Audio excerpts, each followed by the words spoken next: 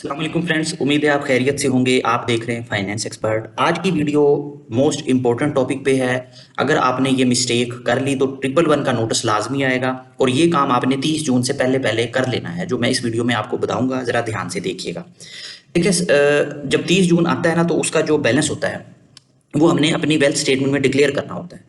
अब प्रॉब्लम क्या होती है कि 30 जून वाले दिन आपके पर्सनल अकाउंट में या तो आपने अपने किसी फ्रेंड के पैसे रखे हुए हैं, आपने अपने भाई के पैसे रखे हुए हैं, ठीक है, या आपके बिजनेस के पैसे जो थे, किसी पार्टी के पैसे आए थे, वो आपने पर्सनल अकाउंट में रखे हुए हैं। तो अब क्या होगा जब 30 जून आएगा, ठीक है, अज्यूम करते हैं कि उसमें आपने टोटल 50 लाख रखा हुआ था, उसमें 50 लाख था। आपको पता है कि इसमें से जो 30 लाख है वो तो मेरे भाई का है, मेरा तो सिर्फ 20 लाख है, तो मैं अपना 20 लाख ही शो करूं, ठीक है। तो आप ऐसा करोगे तो आपको 111 का नोटिस आ जाएगा। तो जरा ध्यान से देखिएगा कि आपने करना क्या है। देखिए जी, जो टैक्स पेयर है ना, एफबीआर की पोजीशन है, जो ऑर्डिनेंस है, वो ये कहता है कि जो 30 जून वाले दिन आपके बैंक में पैसे पड़े होंगे ना, एफबीआर की नजर में वो आपके पैसे हैं, ठीक है। अब अगर आप उसको शो नहीं करते, फर्ज किया आपके अकाउंट में पड़े हुए थे 15 लाख, आपने क्या किया, आपने सोचा इसमें से 30 लाख तो मेरे भाई के थे जो मैंने उसको वापस करने हैं, मेरे तो सिर्फ 20 लाख थे, आपने सिर्फ 20 लाख शो कर दिया। एफबीआर के पास सारा डाटा होता है। अब वो क्या करेगा, जब वो देखेगा सिस्टम के इनकम टैक्स रिटर्न में वेल्थ स्टेटमेंट में इसने 20 लाख शो किया है, जबकि 30 जून का जो बैलेंस है वो 50 लाख है, तो डायरेक्ट आपको 111 का नोटिस आ जाएगा, 122(5)(9) का नोटिस आ जाएगा और वो उसके ऊपर आपको पेनल्टी प्लस टैक्स लगा देंगे। एफबीआर को सब कुछ पता होता है। एफबीआर के पास आपके बैंक की एक्सेस होती है, वो आपके क्लोजिंग बैलेंस को, आपके ट्रांजैक्शन को मॉनिटर कर रहे होते हैं, ठीक है। रियल टाइम डाटा उनके पास जा रहा होता है। तो इसलिए जो आपका 30 जून का बैलेंस है, आपने मेक श्योर ये करना है कि 30 जून वाले दिन जो आपके पर्सनल अकाउंट हैं उसमें सिर्फ पैसे जो पड़े हैं वो आपके अपने होने चाहिए, ठीक है। वो किसी दोस्त के, किसी फैमिली मेंबर के नहीं होने चाहिए, ना ही किसी बिजनेस पार्टी के आपके अकाउंट में। फर्ज किया आपने बिजनेस करते हो, आप ट्रेडिंग कंपनी है, कमीशन एजेंट्स हैं, ठीक है, आपकी बड़ी ट्रांजैक्शन होती है, आप अपने पर्सनल अकाउंट में वो पैसे मंगवा लेते हो, ठीक है। आगे पीछे आप मंगवा भी लें तो काम चल जाएगा, लेकिन वो पैसे 30 जून की डेट को आपके बैंक में नहीं होने चाहिए, पर्सनल अकाउंट में नहीं होने चाहिए। अगर आप ऐसा करोगे तो आपको 111 का नोटिस जो है वो लाजमी आएगा, उसके ऊपर 100% पेनल्टी भी लगेगी, आपको प्रॉब्लम भी होगी। तो आपने इस चीज को मद्देनजर रखना है। अब आपने इसका हल क्या है? देखिए, इसका हल, पहले तो इसका ये हल है कि आपने जिस जिसके पैसे देने हैं ना, उनको आप ट्रांसफर कर दें। मतलब आपके पास किसी फ्रेंड के पैसे पड़े हैं, अपने भाई के पैसे हैं, किसी भी फैमिली मेंबर के हैं, तो 30 जून से पहले पहले उनको रिटर्न कर दें। और जो रिटर्न भी आप करें तो उसको प्रॉपर बैंकिंग चैनल से रिटर्न करें, कैश निकाल के ना दें। आप उसको बैंक टू बैंक ट्रांसफर करें, पे ऑर्डर के थ्रू ट्रांसफर करें, कि कल को अगर ये ट्रांजैक्शन एफबीआर हमसे पूछे भी कि जी ये ट्रांजैक्शन आपने इतनी हैवी अमाउंट की कहाँ की है, तो हम कह सकें देखें जी ये मैंने इधर से लिए थे अपने भाई से, ये उसको मैंने वापस कर दिए थे। तो आपने उसको वापस कर देना है। पहला तो इसका हल ये है कि आप उसको वापस कर दें, ताकि सिर्फ आपका अपना ही बैलेंस रहे। और अगर आपके अकाउंट में आपके बिजनेस के पैसे पड़े हुए हैं तो वो भी आप अपने बिजनेस अकाउंट में ट्रांसफर कर लें, कैश निकाल के उसको वहां पे डिपॉजिट करवा दें, अपने अकाउंट को नीट और क्लीन कर लें 30 जून से पहले पहले। 30 जून के बाद कोई फायदा नहीं। 30 जून को अगर वो पैसे वहां पे रिफ्लेक्ट हो गए तो फिर कोई फायदा नहीं, फिर तो वो काम खराब हो गया ना। इसके बाद दूसरा हल क्या है? अब फर्ज किया, देखिए, बिजनेस के पैसे तो आप ट्रांसफर कर ही देते हो। अब अगर आपके पास किसी दोस्त के भाई के पैसे पड़े हुए हैं, अब आपने क्या करना है, उसका तरीका मैं आपको प्रैक्टिकली ये इसमें करके भी दिखा देता हूं। अगर वेल्थ स्टेटमेंट में आएंगे, फर्ज किया ये आपका बैंक अकाउंट है, हम एज्यूम करते हैं कि इसमें टोटल 50 लाख पड़ा हुआ था। अब उसमें से 30 लाख जो था वो आपके भाई का था, ठीक है, जो उसने अमानत के तौर पे आपको रखा दिया हुआ है, किसी भी दोस्त का था, और आप उसको भी वापस नहीं कर सके 30 जून की डेट पे। तो फिर आपने क्या करना है, बैलेंस आपने पूरा ही शो करना है, बैलेंस आपने कम नहीं करना। बैंक में जो 30 जून को बैलेंस था वो आपने पूरा ही शो करना है। आपने यहाँ पे 5 मिलियन शो किया। अब आपको पता है कि ये जो 5 मिलियन है ना, ये सारा मेरा नहीं है, इसमें से 30 लाख जो है वो मेरे भाई का है। तो आपने यहाँ पे आना है, credit, non business, advance, borrowing, credit, deposit, loan, यहाँ पे आपने उसकी 30 लाख की एंट्री करनी है। उसका सीएनआईसी नंबर डालना है आपने।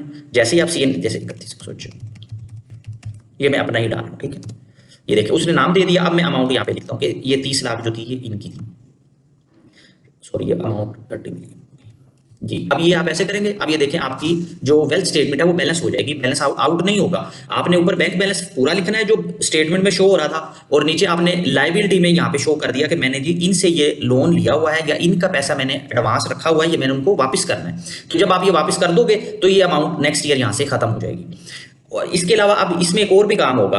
अब जिस पर्सन की लायबिलिटी यहाँ पे आप शो कर रहे हो ना, ये भी अपनी रिटर्न में ये डिक्लेयर करे कि मैंने 30 लाख इनके अकाउंट में रखा हुआ है, ठीक है। सिर्फ एक एंट्री नहीं होगी, मतलब ये कि आपने तो बता दिया कि मैंने इसका एडवांस लिया हुआ है और मैंने कल को इसको वापस करना है, तो ये भी अपनी रिटर्न में बताएगा कि मैंने 30 लाख इनको दिया हुआ है और मैंने इनसे लेना है। इसकी एंट्री ये कहाँ पे करेगा, ये अपनी रिटर्न में यहाँ पे करेगा। ये देखें, debt non vision advance deposit pre payment, ये यहाँ पे करेगा। ये यहाँ पे हमारा CNAC नंबर देगा और अमाउंट बताएगा कि मैंने इनसे 30 लाख लेना है, क्योंकि इसका जो बैंक होगा ये तो अपना बैलेंस यहाँ पे शो करेगा। तो ये इस सारी एक्सरसाइज का बताने का आपको मकसद जो है ना, वो ये है फ्रेंड्स कि आप इस तरह का काम करें ही ना। 30 जून वाले दिन कोशिश करें कि आपके जो भी अकाउंट्स हैं उनमें सिर्फ आपके अपने पैसे पड़े हों।